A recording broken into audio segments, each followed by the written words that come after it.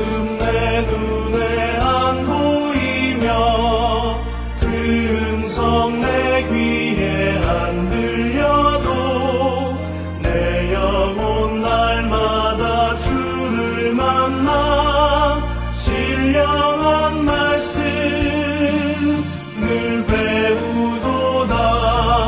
주님의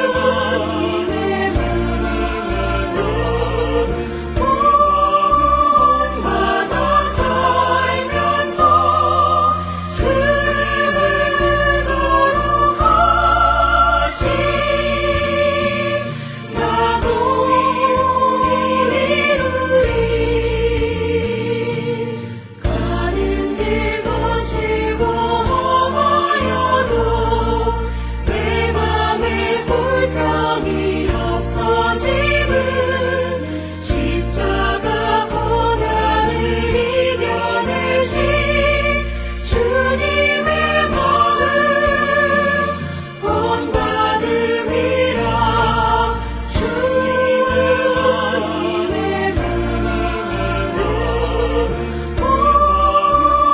마음마다 살면서 주님을 거룩하신 나도 이루리.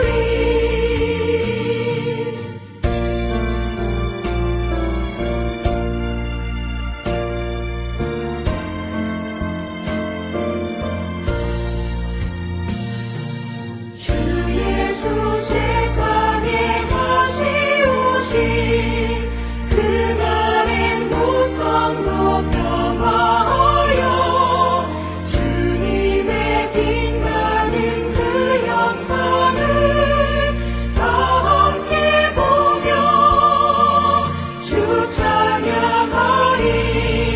주님의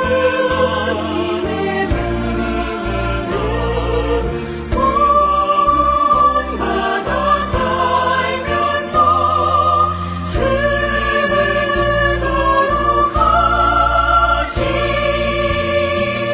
나도 이루리.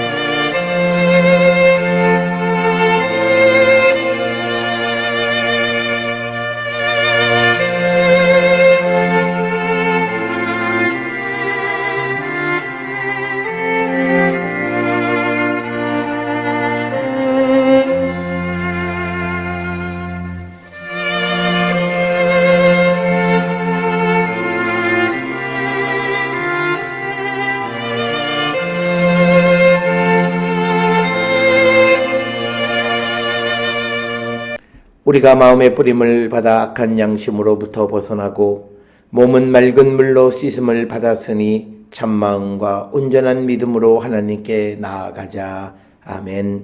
전능하사 천지를 만드신 하나님 아버지를 내가 믿사오며 그 외아들 우리 주 예수 그리스도를 믿사오니 이는 성령으로 잉태하사 동정녀 마리아에게 나시고 본디오 빌라도에게 고난을 받으사 십자가에 못 박혀 죽으시고 장사한 지 사흘 만에 죽은 자 가운데서 다시 살아나시며 하늘에 오르사 전능하신 하나님 우편에 앉아 계시다가 저리로서 산자와 죽은 자를 심판하러 오시리라.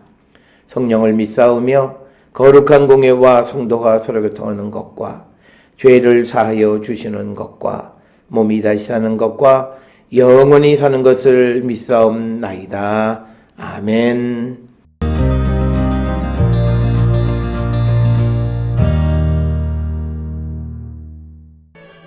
예수께서 이 12를 내보내시며 명하여 이르시되 이방인의 길로도 가지 말고 사마리아인의 고을에도 들어가지 말고 오히려 이스라엘 집에 잃어버린 양에게로 가라.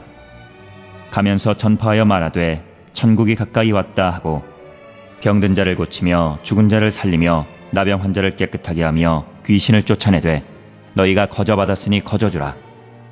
너희 전대에 금이나 은이나 동을 가지지 말고 여행을 위하여 배낭이나 두벌롯이나 신이나 지팡이를 가지지 말라.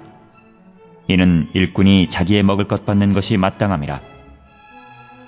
어떤 성이나 마을에 들어가든지 그 중에 합당한 자를 찾아내어 너희가 떠나기까지 거기서 머물라. 또 그 집에 들어가면서 평안하기를 빌라. 그 집이 이에 합당하면 너희 빈 평안이 거기 임할 것이요 만일 합당하지 아니하면 그 평안이 너희에게 돌아올 것이니라. 누구든지 너희를 영접하지도 아니하고 너희 말을 듣지도 아니하거든 그 집이나 성에서 나가 너희 발에 먼지를 떨어버리라. 내가 진실로 너희에게 이르노니 심판날에 소돔과 고모라 땅이 그 성보다 견디기 쉬우리라.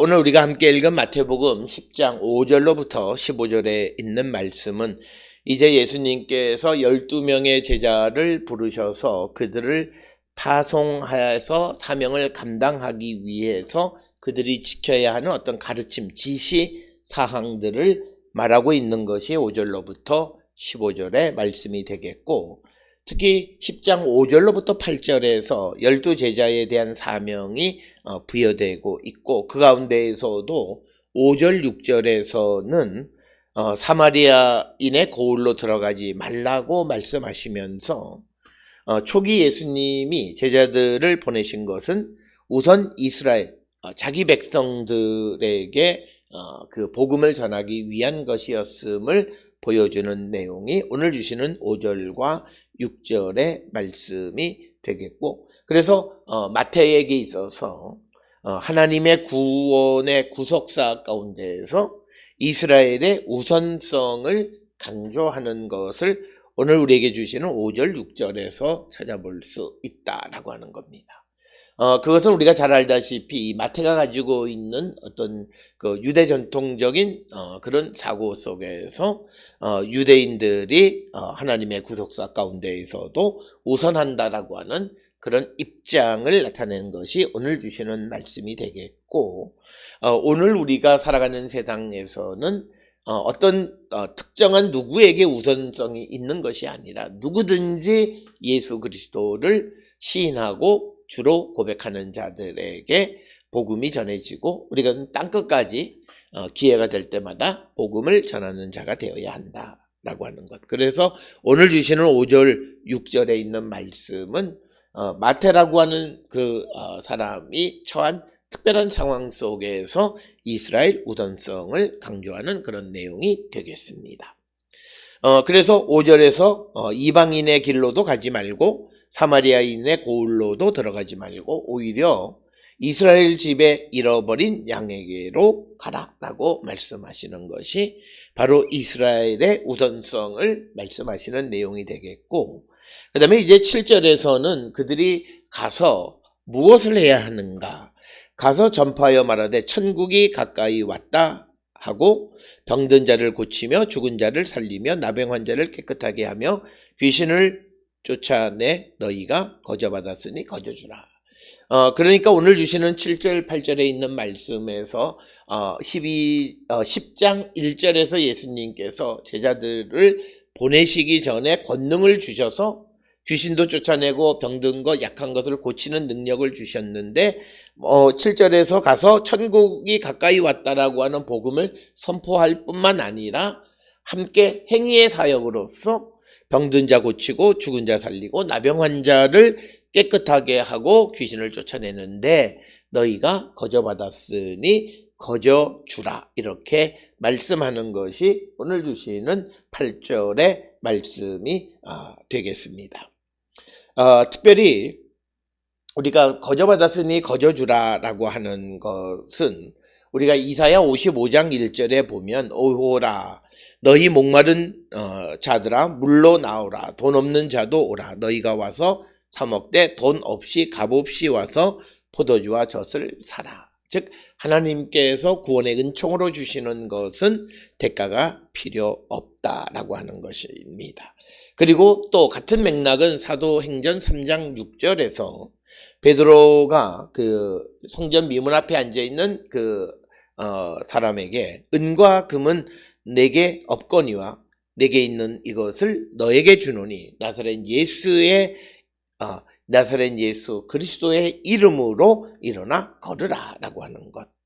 그리고 또 사도행전 20장 33절에서 내가 아무의 은이나 금이나 의복을 탐하지 않았다라고 하는 것은 거저받았으니 거저주는 것이 되겠고, 또 사도행전 20장 35절에서 범사에 여러분에게 모본을 보여준 바 같이 수고하여 약한 사람들을 돕고 또 주 예수께서 친히 말씀하신 바 주는 것이 받는 것보다 복이 있다 하심을 기억하여야 할지니라. 이런 일련의 모든 말씀들이 오늘 우리에게 주시는 말씀처럼 거저받았으니 거저주라고 하는 것과 같은 맥락의 말씀입니다.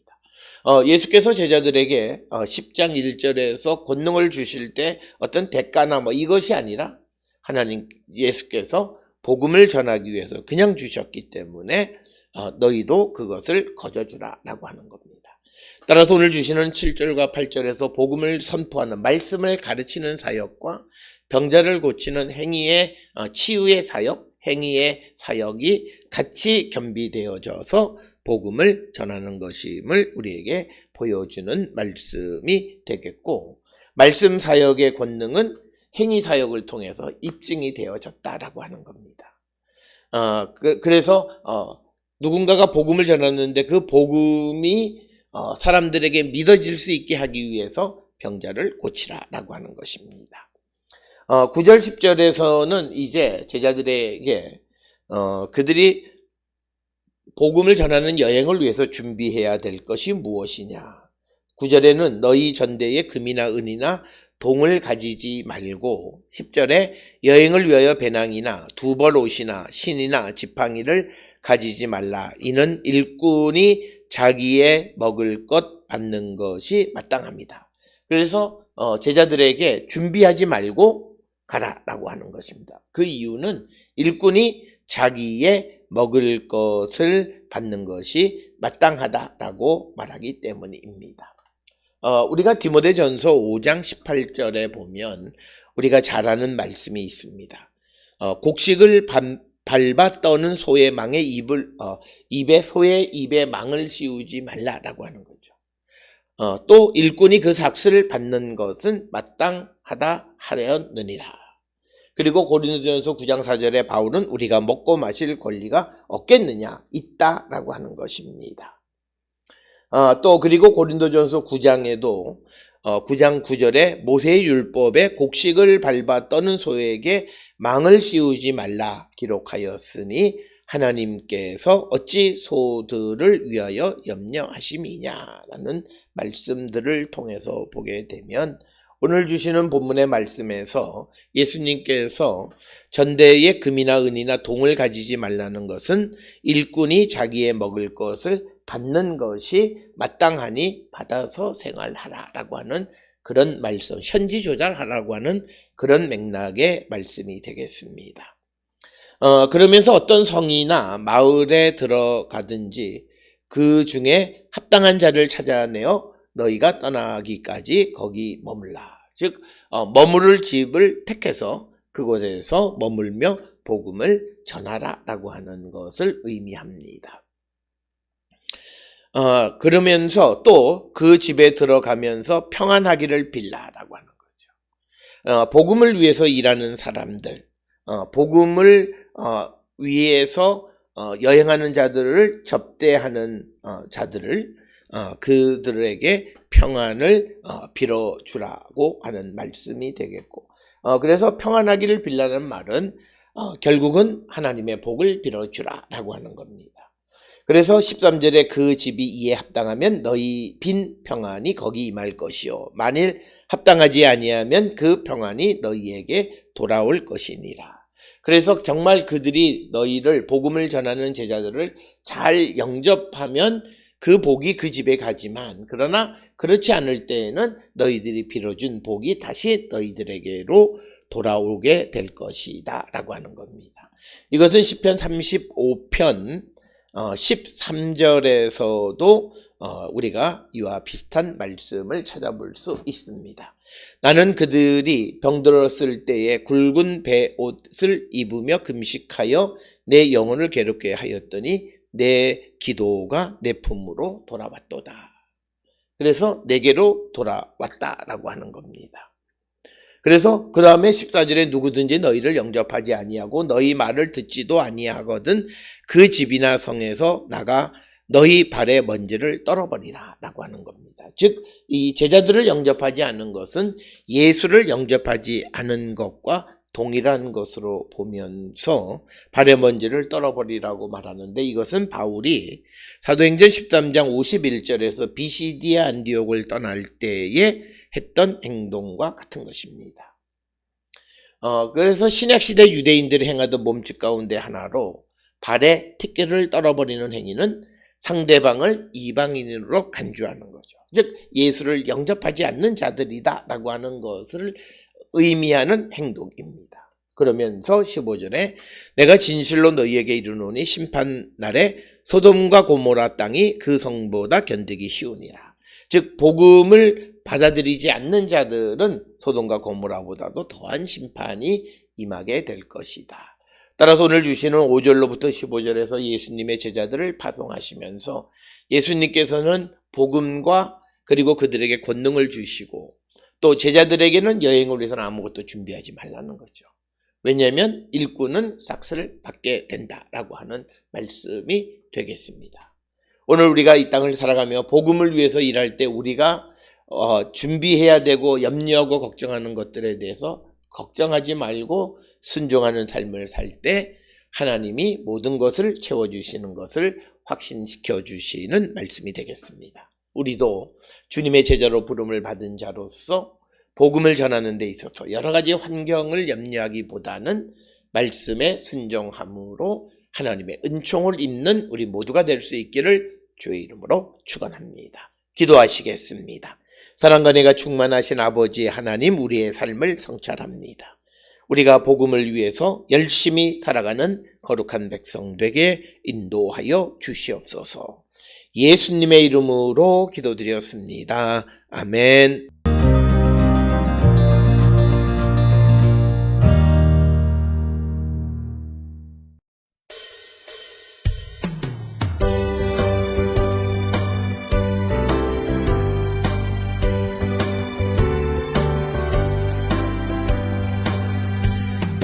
사자들이여 어서 가서 어둠을 물리치고 주의 진리 모르는 백성에게 복음의 빛 비춰라.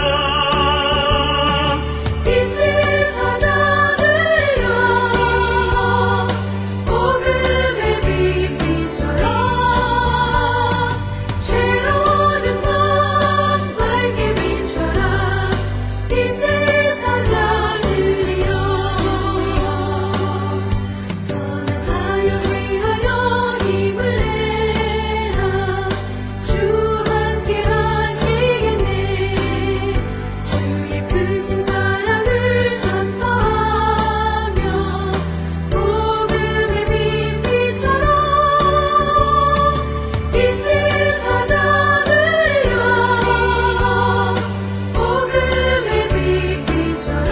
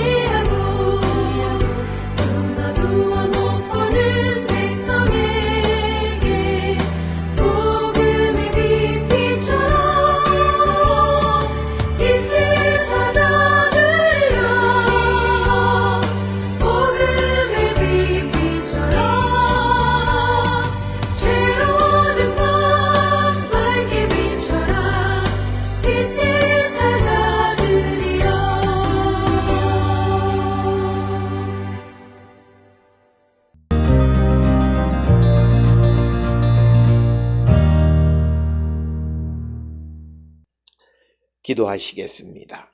이제는 우리 주 예수 그리스도의 은혜와 하나님 아버지의 무한하신 사랑과 성령의 위로 역사 교통하심이 하나님의 말씀대로 복음을 전하기를 결단하며 세상을 향해 나가는 우리 모든 성도들 머리 위에 지금으로부터 영원토록 함께 할지어다. 아멘. 주 너를 지키시고 그 얼굴을 내게 돌리시고